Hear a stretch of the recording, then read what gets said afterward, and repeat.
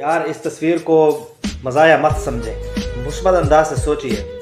یہ بندہ بھی جانتا ہے کہ یہ ہاتھی اس کے زور لگانے سے کبھی سیڑھیاں اوپر نہیں چڑھ سکتا۔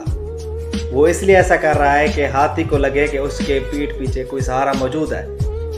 باقی ہاتھی خود اپنے زور سے یعنی کہ محنت سے چڑھے گا سیڑھیاں، بس اس کے اندر خوف نہیں ہوگا کیونکہ اس کے پیچھے سہارا موجود ہے۔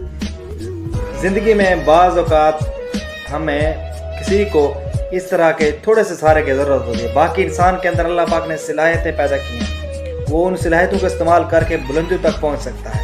بعض اوقات سہارا نہ ہونے کی وجہ سے انسان کی صلاحیت کا وہ تقاضا پورا نہیں ہو سکتا، انسان کی صلاحیت ناکارہ ہو جاتی ہے۔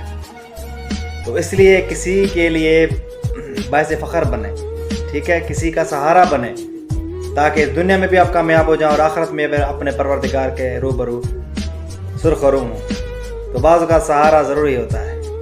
والسلام۔